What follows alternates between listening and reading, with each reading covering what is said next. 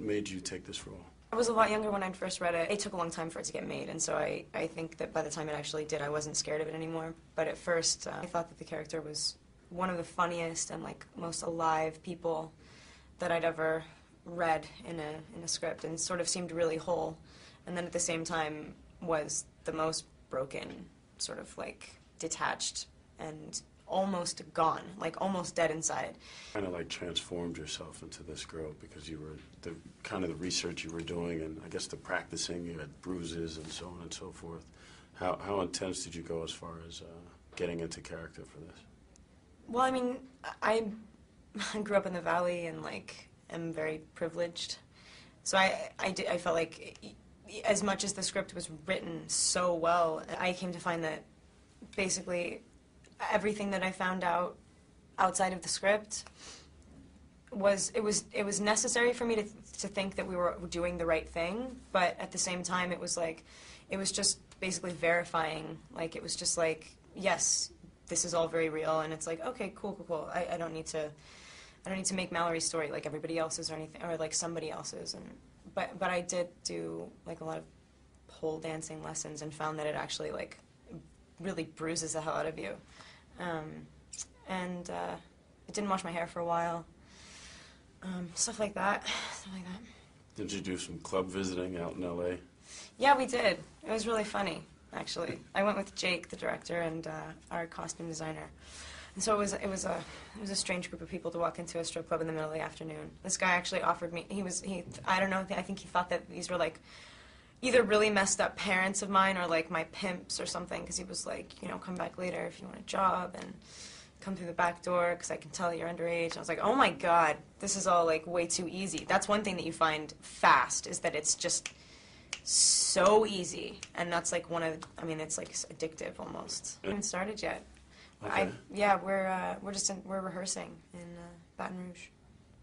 I hear there's a new villain kind of coming out to mess with you a little bit. I mean, there are a couple. There are a lot of new characters in the next one. Any you can talk about or no? Well, I mean, they haven't really been.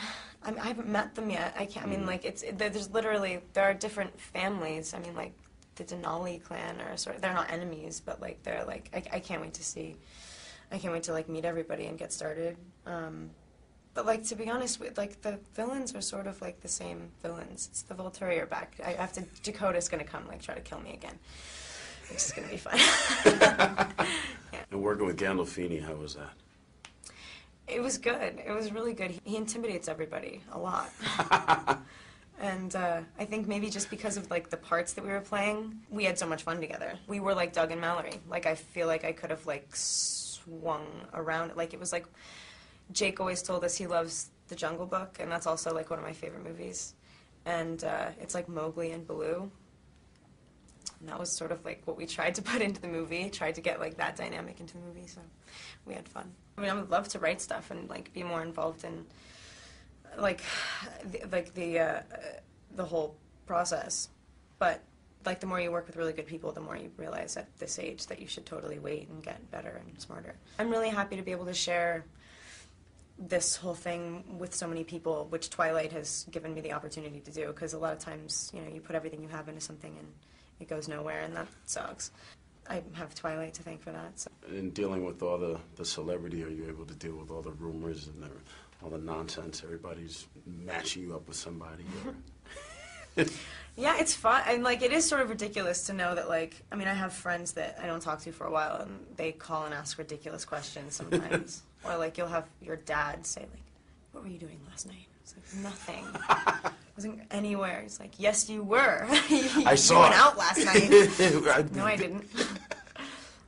So that's a trip, but you know. What kind of crazy phone calls? I know there's the you dating Rob thing, but. Well, I had my grandparents call my mom when the people thought I was pregnant for a while. I don't really know why, but yeah, my grandparents called and they were like, "Oh my God, Kristen!" Like, they believed it. They absolutely believed it, and my mom instantly was just like, "Are you kidding? Like, you guys, it's not. You have to stop reading, you know, magazines in the grocery store. It's not true."